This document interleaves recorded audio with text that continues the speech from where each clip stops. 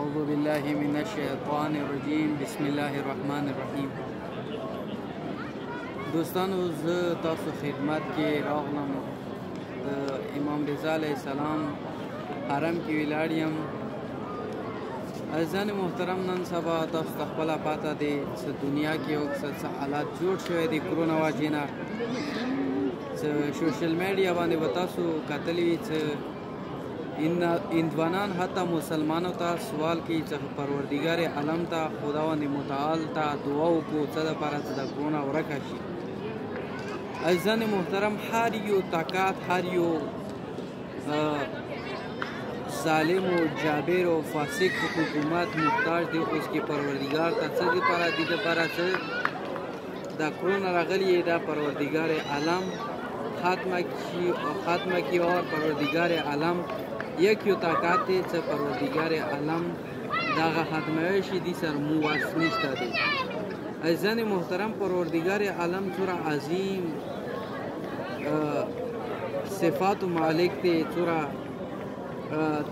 طاقت دی، دنیا کې داسې چوک نشته چې هغه طاقت مقابله وکړي.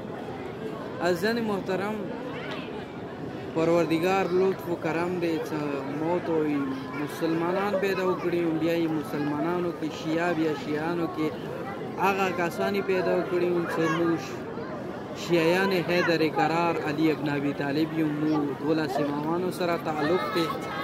خو عزیزان محترم، پروردگار عالم چې څومره امرونه، روژه، زکات، خمس، مونځ، څه عملونه، څه کوم ذکرونه، څه کوم ښه عملونه یې موږ ته راوستلي دي، یعنی انبیاو او اولیاو ذریعې سره یې موږ ته راغلي دي او بیان شوي دي. ښه عملونه دي، پکار دی د ښه عملونو نه استفاده وکړو او دا ښه عملونه انجام کړو او د بدو کارونو نه پکار دی ځانونه وساتو. دوستانو، که هر څومره انسان بد کار وکړي خو آخر باندې انسان څه کېږي؟ پښیمان کېږي، یعنی خیمانېږي.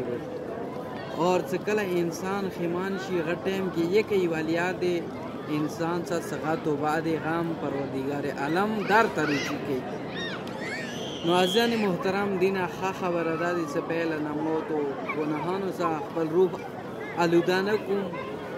مو پکار دی څه وکړو؟ د ښو عملونو ابتدا وکړو، ښه عملونه وکړو. بس پروردگار عالم خپل بنده باندې هر یو تکلیف یې راوستلی دي دپاره چې دغه دې ته اخر کې خیر وي. اور پروردگار عالم غواړي چې خپل بنده څه کړي؟ معاف کړي. یوه وړه ذریعه وي، توبه وي، استغفار وي، څه وي، څه عبادت وکړي، څه وکړي، پروردگار عالم د خپل بنده معاف کړي او د شیطان ملعون شر نه محفوظ وساتي. دې لپاره پروردگار متعال مو دپاره عبادت، اطاعت، بندگی رستولی دی، سجده رستولی چې پروردگار عالم ته سجده وکړو اور پروردگار عالم مخکې پروردگار عالم ته سر ټیټ کړو. دې دپاره چې پروردگار عالم به مو معاف کړي. عزیزان محترم، بس ما دا تاسو ته ریکویسټ دی چې اخیره زمانه دی خپل ځانونه پکار دی خپل امام ته آماده کړو اور پروردگار عالم طرف ته رجوع کړو. والسلام علیکم ورحمة الله وبرکاته.